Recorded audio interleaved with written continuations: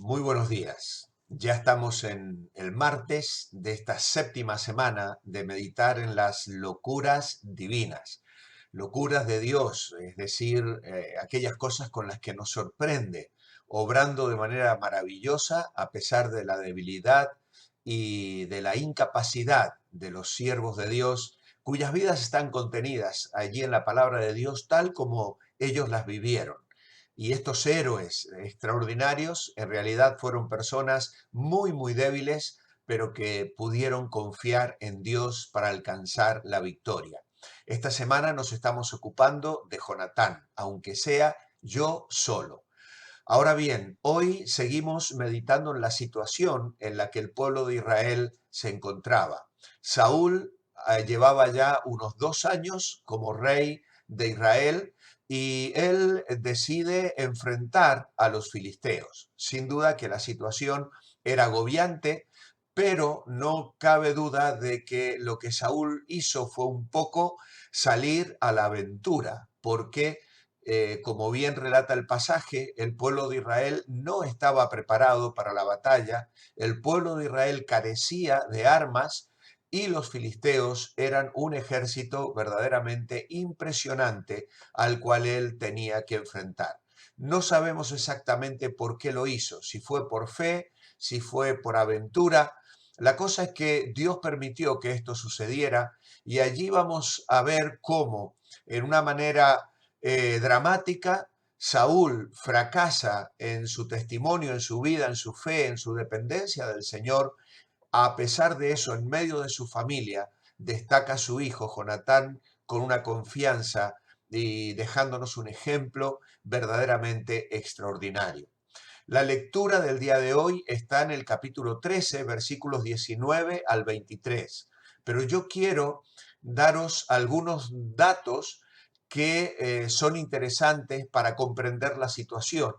Por eso en el versículo 15 leemos que Saúl contó a la gente que se hallaba con él como 600 hombres. Sin embargo, si comenzamos a mirar el versículo 1 de este capítulo, vamos a ver que Saúl se encuentra en Migmas con unos 2.000 hombres o 3.000 hombres, 1.000 deja con Jonatán y 2.000 se quedan con él. Pero luego algunos comienzan a desertar. Entonces dice que Saúl, pues, y Jonatán su hijo y el pueblo que con ellos se hallaba, se quedaron en Gabaá de Benjamín, pero los filisteos habían acampado en Migmas.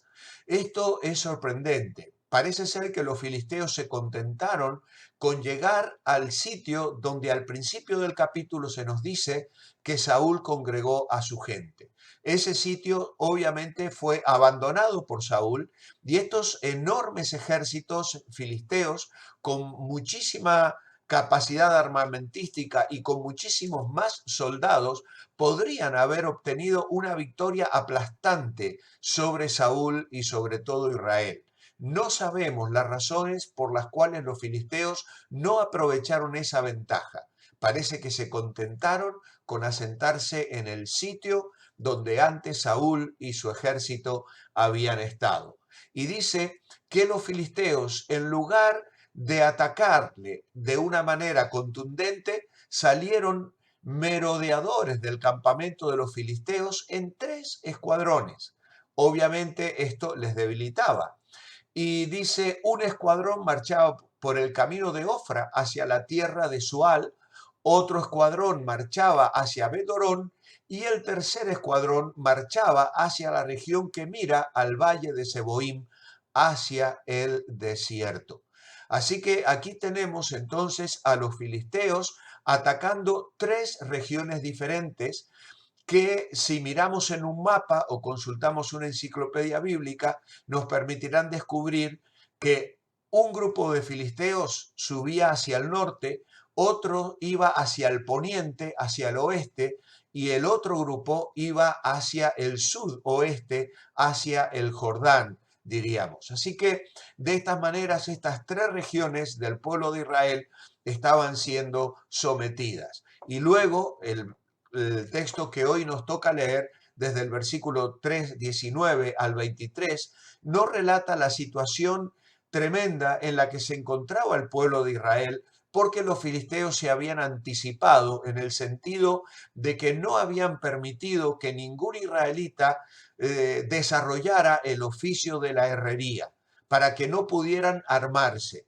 A esto no solo hacía que el pueblo de Israel se mantuviera débil militarmente hablando, sino que además económicamente era un sometimiento de mucho abuso, porque los precios que cobraban por afilar las herramientas de labranza, pues eran verdaderamente abusivas. Casi el jornal de todo un mes de trabajo era lo que tenían que pagar para poner sus herramientas en condiciones de ser utilizadas. Esto sin duda también sometía económicamente al pueblo de Israel y era una situación verdaderamente difícil.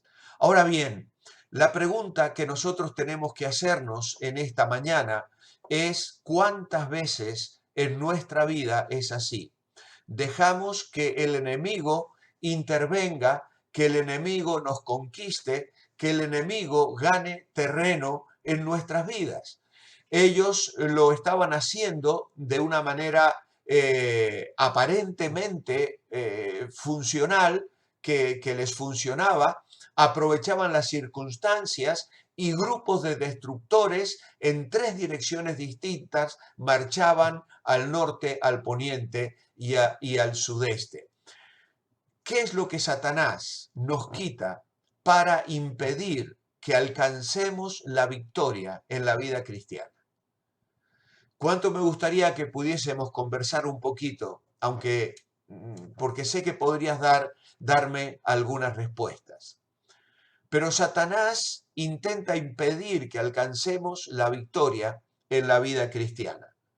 Como en el caso de los israelitas, eran invadidos hacia el norte. Y al pensar en el norte, esto a mí me hace pensar en mirar hacia arriba, ¿no? En mirar el tema de mi comunión con Dios. ¿No será que Satanás muchas veces trabaja para impedir que yo disfrute un tiempo de verdadera comunión con Dios? Una relación íntima y personal que fortalezca mi vida espiritual, que alimente mi comunión diaria con el Señor, mi vida de adoración, mi vida de alabanza, mi vida de oración.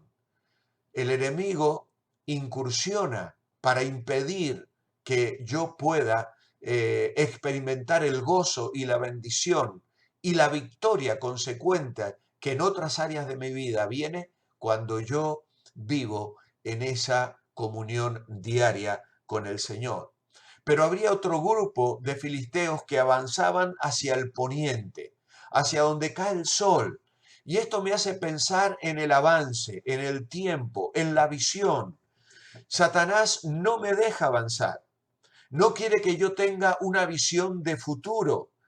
Y entonces no tenemos ambiciones, no tenemos deseos de progreso. Pedro le decía, antes bien creced en la gracia y el conocimiento de Dios. ¿Has dejado de crecer? ¿Hemos dejado de crecer? ¿En qué momento de nuestra vida hemos pensado que ya no era necesario estudiar la Biblia, leer un nuevo libro que me enseñe algo más de Dios, disfrutar más, perfeccionarme en el griego, en el hebreo, o por lo menos en las doctrinas básicas y fundamentales de la Escritura?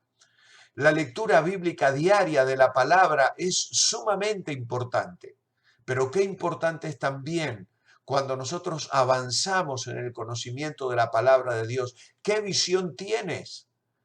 Lamentablemente a veces notamos que el pueblo de Dios no tiene hambre de la palabra, no se presenta desafíos, no los asume para crecer, para conocer más la Biblia, para avanzar en su discernimiento de la voluntad de Dios para su vida. Pero luego tenemos otro grupo de filisteos que bajaban hacia el sudeste, hacia el Jordán. Y esto me recuerda a mí el cruce del Jordán, el abandonar las cosas que pertenecían al mundo, el dejar la vida pasada. Muchas veces en mi vida siento que Dios me lleva a nuevos cruces del Jordán. Haber cruzado el Jordán, ese acto de consagración en mi vida, es un acto que debo repetir una y otra vez, porque rápidamente se pegan a mi vida, a mis costumbres, hábitos que no vienen de Dios. El mundo permanentemente, Satanás es un enemigo poderoso. Y así como los filisteos que trataban de impedir, no solo enviando estos pequeños grupos armados para mantener sometido y robar al pueblo de Israel. Satanás también procura mantenernos desarmados. Él sabe que si yo no crezco en la vida cristiana, si yo no tengo comunión con Dios, si no hay visión en mi vida y un anhelo ferviente de avanzar, de crecer, de desarrollarme, Él sabe que si yo no estoy dispuesto a examinar mi vida para cruzar eventualmente el Jordán, desarraigando de mi vida aquello que pertenece al mundo, que no viene de Dios, que viene de la carne, aquellos deseos y pasiones que rápidamente se alimentan con las cosas que el mundo me propone diariamente. Satanás sabe que si yo no abandono esas cosas, pues no voy a tener una armadura para poder enfrentar la batalla y alcanzar la victoria. Es lo que quiero hacerte pensar esta mañana.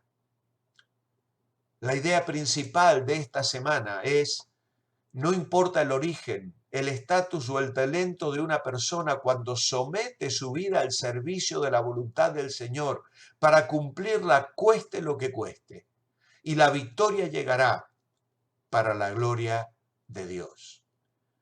Puede haber victoria, está al alcance de tu mano, de la mía, pero tenemos que conquistar, tenemos que despojarnos de lo que el enemigo quiere poner en nuestras vidas.